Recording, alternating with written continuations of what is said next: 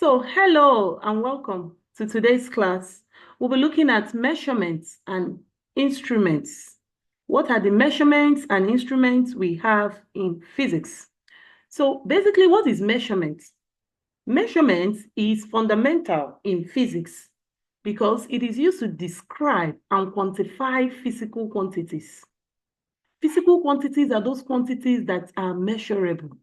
So measurements is used to give value or is used to give value to physical quantities. So accurate measurement allows for precise understanding and application in experiments. So we'll be looking at three measurement quantities. The three measurement quantities we have are length, mass, and time. These are the three measurement quantities we'll be looking at. Now, let's begin with the measuring length. What is length? Length is measuring the distance between 2 points. When you measure a distance between 2 points, let's say from here to there, we call it length. It is measuring the distance between 2 points. Instrument for measuring length. What is the instrument for measuring length? The instruments for measuring length include 1, meter rule. This is a meter rule. This is the picture of a meter rule. Now, meter rule is used for straight line measurements. Straight line measurements up to 1 meter. Please take note of this 1 meter. It is used for straight line measurements up to 1 meter. That is for meter rule. Then number 2, we have vernier caliper. Vernier caliper is used to measure small dimensions with precision up to 0.1 millimeter. Please, students are expected to take note of the precisions.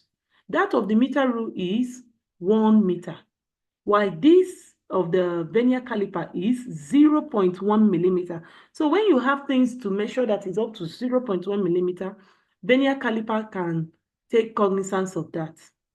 Then we look at the next one, the micrometer screw gauge. This is the third instrument for measuring length.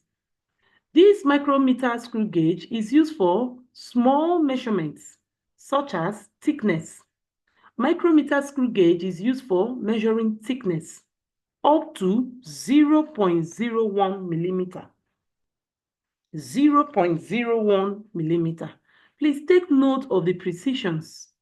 Okay, then we move to the next one, measuring mass. So let's look at the unit of mass. The unit of mass is kilogram. Kilogram is denoted with kg. It is the unit, or we say the SI unit for mass. Then the instruments for measuring mass include the simple beam balance. The simple beam balance. These are examples. The simple beam balance.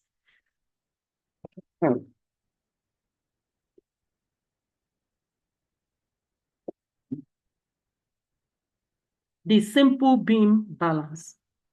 So what does the simple beam balance do? It compares the mass of two objects by balancing them on opposite sides. It compares the mass of two objects by balancing them on opposite sides. As you can see, it compares the mass of two objects by balancing them on opposite sides. Then the third quantity we'll be looking at is measuring time. So the unit of time is seconds. So we say that seconds, which is denoted with the letter S, is the SI unit for measuring time. And what is the instrument for measuring time? The instrument for measuring time include stopwatch. Stopwatch. Now, stopwatch is basically used in experiments requiring precision to fractions of a second. When you are doing experiments in the lab and you needed it to be in seconds, you want accuracy that has to do with seconds, the best instrument to use is stopwatch, because stopwatch reads in seconds. Then The next instrument for measuring time is clock. Now, clock is used for general time measurements in hours, minutes, and seconds. So clock measures both hours, minutes, and seconds.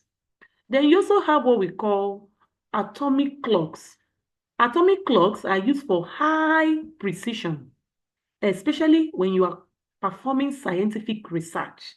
You use atomic clocks for scientific research because it has high precision.